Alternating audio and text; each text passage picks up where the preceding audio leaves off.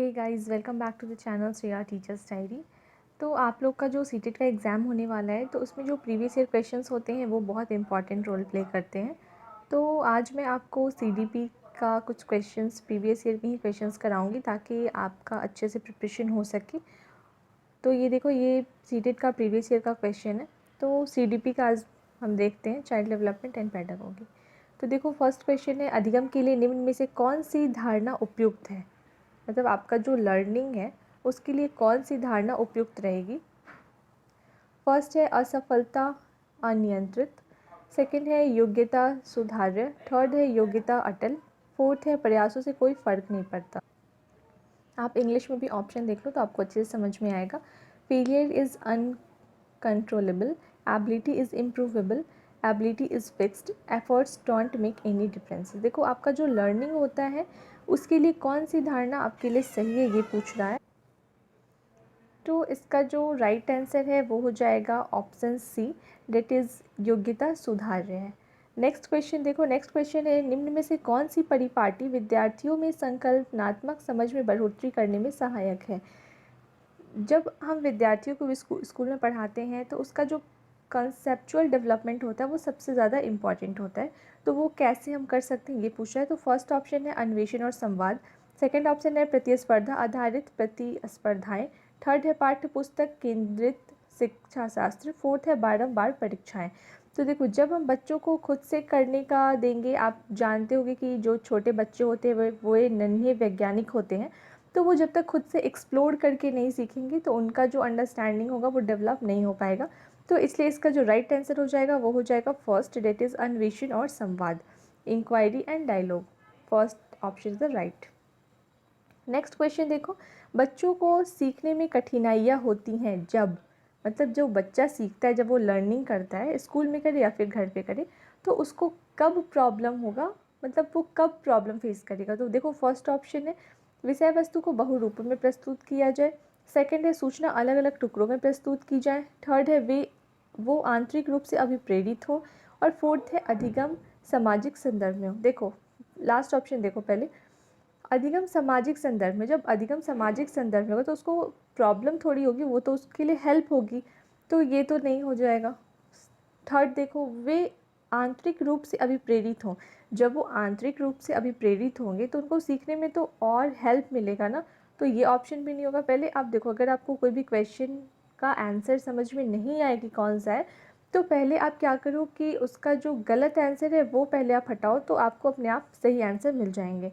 देखो, थर्ड है सूचना अलग अलग टुकड़ों में प्रस्तुत की जाए, इसको भी रहने दो। फर्स्ट देखो, विषय वस्तु को बहुरूपों में प्रस्तुत किया जाए, मतलब कि मल्टीपल वेज में, मतलब हम अगर बच्चे को पढ़ा रहे, अगर एक एग्जाम्पल से नहीं समझे तो फिर हम दूसरा एग्जाम्पल देंगे, फिर तीसरा एग्जाम्पल देंगे। अगर मल्टीपल वेज में पढ़ाएंगे तो उसको तो और ज़्यादा समझ में आएगा ना। तो ये भी ऑप्शन नहीं होगा। तो इसका जो राइट आंसर हो जाएगा वो हो जाएगा बी, जैसे सूचना अलग अलग टुकड़ों में प्रस्तुत की जाएगी तो उनको सीखने में कठिनाइयाँ होंगी। आई होप आपको ये समझ में आता होगा। नेक्स्ट क्वेश्चन देखो, फोर्थ, अधिगम की सर्वोत्तम अवस्था कौन सी है। मतलब अधिगम का जो लर्निंग का जो बेस्ट स्टेट कौन सा होगा वो देख लो। फर्स्ट है कोई उत्तेजना नहीं, कोई भय नहीं, सेकंड है उच्च उत्तेजना उच्च भय, निम्न उत्तेजना उच्च भय, और फोर्थ है संतुलित उत्तेजना कोई भय नहीं। मतलब कि कोई उत्तेजना नहीं, अगर हम बच्चों को मतलब अभी प्रेरित नहीं करेंगे तो वो उत्तेजित कैसे होंगे सीखने के लिए। तो उनको तो उत्तेजित होना बहुत ज़्यादा इंपॉर्टेंट है। और कोई भय नहीं, मतलब कोई भय नहीं है। सेकंड है उच्च उत्तेजना, मतलब कि उच्च उत्तेजना है, वो कॉन्शियस हैं, बट उच्च भय है, मतलब वो उनमें बहुत ज़्यादा भय भी है। तो इससे तो बच्चे बिल्कुल भी नहीं सीखेंगे। उसके बाद देखो, निम्न उत्तेजना उच्च भय, निम्न उत्तेजना मतलब उत्तेजना बिल्कुल भी नहीं है और भय बहुत ज़्यादा है, तो ये भी ऑप्शन नहीं होगा। लास्ट ऑप्शन देखो, संतुलित उत्तेजना कोई भय नहीं, तो ये सही होगा। संतुलित उत्तेजना होगी, मतलब उत्तेजना उनका जो होगा वो मॉडरेट होगा और कोई भी भय नहीं होगा। जब बच्चों में कोई भय नहीं होगा तो उनका वो अधिगम बहुत अच्छे से होगा। तो अधिगम की सर्वोत्तम अवस्था कौन सी होगी, तो इसका राइट आंसर हो जाएगा फोर्थ, संतुलित उत्तेजना कोई भय नहीं। नेक्स्ट क्वेश्चन देखो, अधिगम का संरचनात्मक विचार या सुझाव देता है कि ज्ञान की संरचना, जब अधिगम करते हैं तो उसका जो कंट्रक्टिविस्ट व्यू जो होता है वो ज्ञान की संरचना में कैसे हेल्प करता है। तो देखो फर्स्ट ऑप्शन है बच्चे पूर्ण रूप से पाठ्य पुस्तकों पर निर्भर रहते हैं, बच्चों की कोई भूमिका नहीं होती है। थर्ड है बच्चे पूर्ण रूप से वयस्कों पर निर्भर रहते हैं। फोर्थ है बच्चे सक्रिय भूमिका निभाते हैं।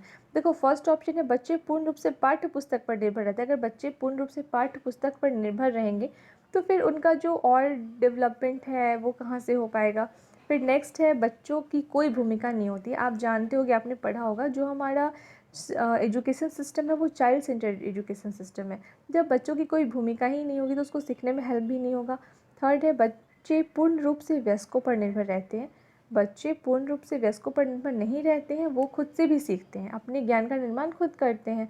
और लास्ट ऑप्शन है बच्चे सक्रिय भूमिका निभाते हैं। हाँ ये सही होगा, बच्चे जो होते हैं वो अपना एक्टिव रोल प्ले करते हैं, तो इसका फोर्थ आंसर सही हो जाएगा।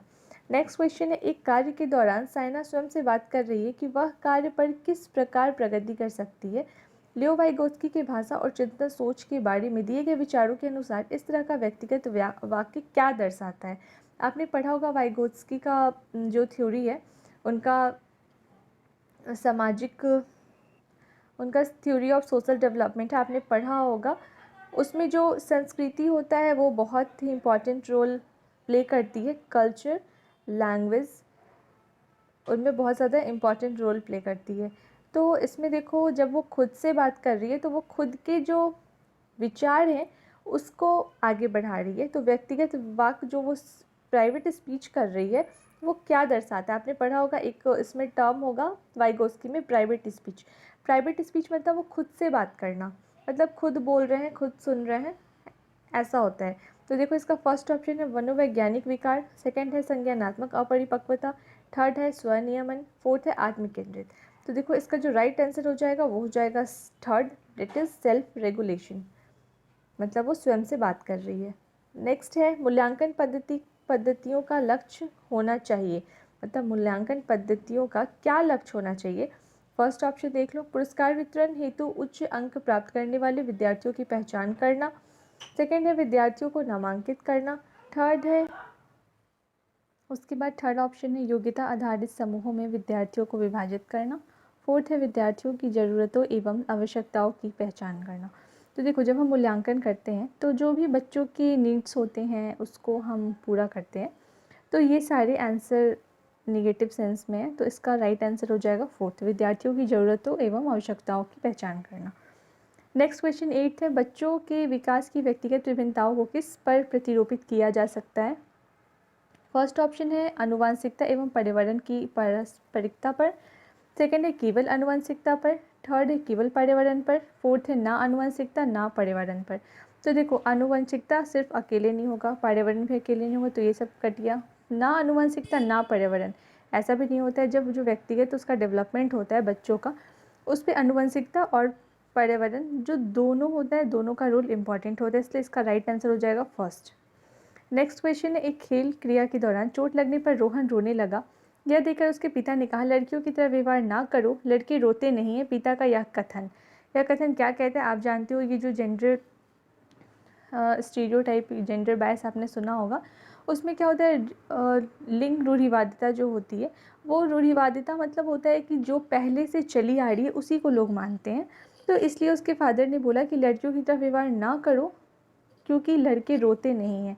तो इसका जो फर्स्ट ऑप्शन देखो लैंगिक समानता को बढ़ावा देता है, लैंगिक रूढ़िवादिता को दर्शाता है, थर्ड है लैंगिक रूढ़िवादिताओं को चुनौती देता है, फोर्थ है लैंगिक भेदभाव को कम करता है।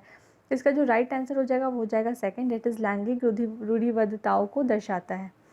नेक्स्ट क्वेश्चन है एक प्रगतिशील कक्षा में विद्यार्थियों को उनके अकादमिक अंकों के आधार पर नामांकित करना चाहिए, सेकंड है अध्यापक को अटल पाठ्यक्रम का पालन करना चाहिए, थर्ड है विद्यार्थियों में प्रतिस्पर्धा पर बल देना चाहिए, फोर्थ है ज्ञान की संरचना के लिए प्रचुर मौके करने चाहिए। देखो जो इसका प्रोग्रेसिव क्लासरूम होता है उसमें हम क्या करते हैं कि बच्चों को खुद करके सीखने के लिए फ्री छोड़ देते हैं, क्योंकि अभी का जो हमारा एजुकेशन सिस्टम है वो है चाइल्ड सेंटर। इसमें क्या होता है कि जो बच्चे होते हैं वो अपने ज्ञान का निर्माण खुद करते, खुद अपने ज्ञान को कंस्ट्रक्ट करते, तो जब तक हम उन्हें अपॉर्चुनिटी नहीं देंगे तब तक उनका डेवलपमेंट नहीं हो पाएगा। तो इसलिए इसका जो राइट आंसर है वो हो जाएगा फोर्थ, ज्ञान की संरचना के लिए प्रचुर मौके प्रदान करने चाहिए।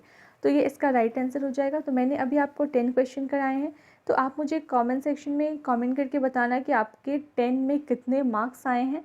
आप पहले इस एक कॉपी ले लेना, उसमें जो आपका आंसर होगा वो लिख लेना, उसके बाद देखना कितने गलत हो रहे हैं। ऐसे करके आप ऑनेस्टली प्रैक्टिस करोगे तो इससे आपका फ़ायदा होगा। तो आप मुझे ज़रूर बताना आपके कितने मार्क्स आ रहे हैं।